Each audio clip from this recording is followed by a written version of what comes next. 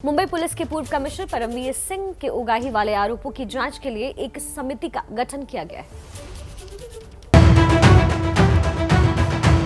परमवीर सिंह के आरोपों के बाद से महाराष्ट्र की सियासत में हलचल अब भी जारी है।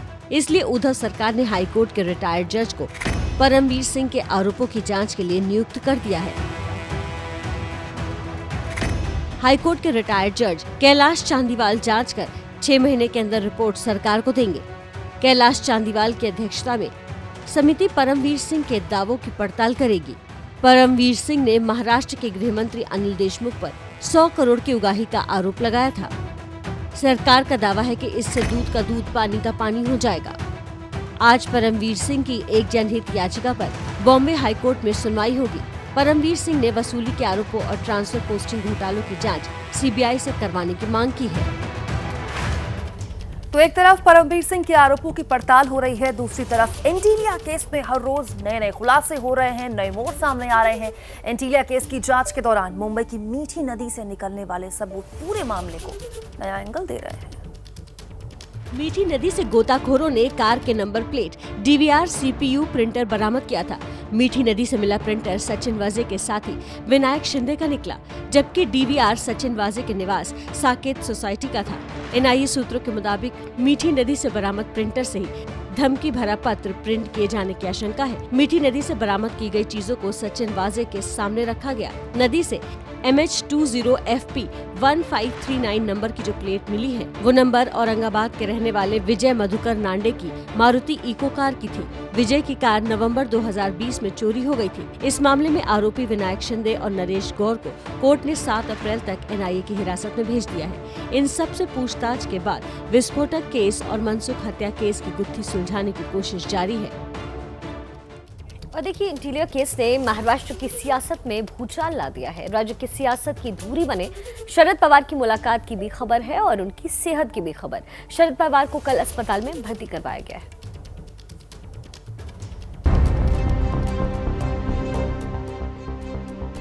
एनसीपी प्रमुख शरद पवार की बीती रात मुंबई के ब्रिज कैंडी अस्पताल में सर्जरी हो गई है। महाराष्ट्र के स्वास्थ्य मंत्री राजेश टोपे के मुताबिक पैनक्रियाज में जो स्टोन था वो निकाल लिया गया है और उनकी तबीयत ठीक है। वो जो स्टोन है वो निकाला गया है, इसीलिए जो पैनक्रियाटाइटिस का जो तकलीफ था वो भी दुरुस्त होगा। लेकिन अभी पवार साहब की तबीयत एकदम ठीक है। दरअसल शरद पवार को पहले आज भर्ती करवाना था, लेकिन दर्द ज्यादा होने की वजह से उन्हें कल ही भर्ती करवाना पड़ा।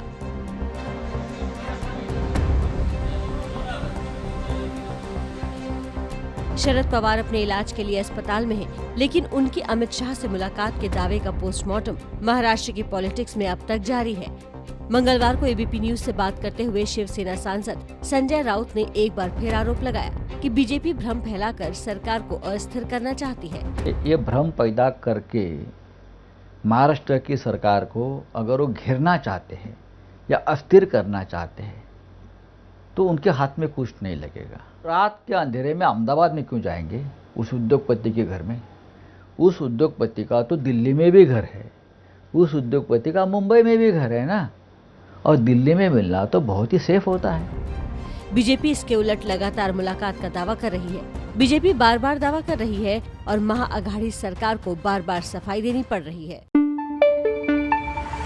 न पाबंदी हो न कोई हद हो तो बस खुद बनाई सरहद हो।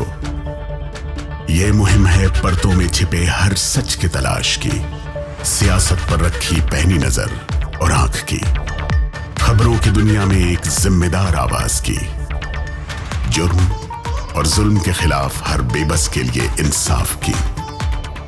जब कोई हद नहीं इंसानियत के लिए जज्बात की, जब कोई हद नहीं खुशियों और ख्वाब की, तब कोई हद क्यों हो नए नजरिए और बदलाव की। तोड़ के हदों के ताले नए सपनों को पाले, बांधे सबको एक धागे, आपको रखे आगे। ABP news.